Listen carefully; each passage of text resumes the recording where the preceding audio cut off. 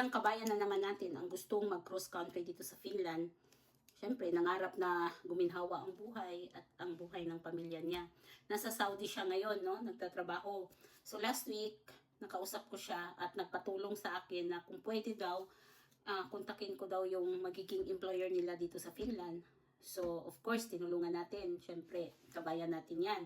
Ilang beses namin tinawagan yung telepono na binigay niya, wala namang sumasagot. So, sabi ko sa kanya, ang advice ko na lang, kasi hinihingian na daw sila ng government fees. Sabi ko, please be careful and be smart enough. Dapat suriin ng mabuti ang immigration global services lang daw sila. Immigration global services sila nag-apply eh. Kasi sabi ko, parang imposible itong mga employees benefits na ibibigay daw sa kanila.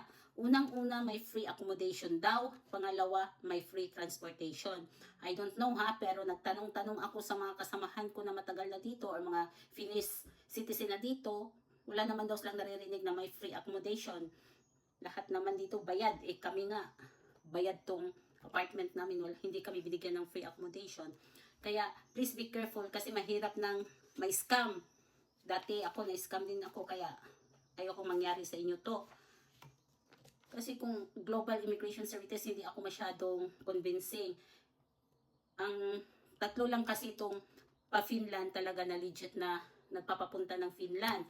Unang-una yung agency namin, kung paano kami nakapunta dito, sila yung dahilan, yung Silk Road, Workforce Management.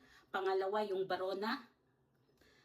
Pangtatlo yung EDI, Staff Builders International Incorporated.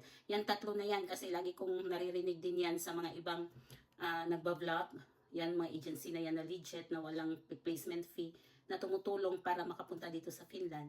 So again, sa iyo kabayan, sana napanood mo to. Bago ka magbigay ng sinasabi mong government fees, mag-research ka muna kung talagang may napapunta na ba sila ditong mga aplikante. Okay? Yun lang po.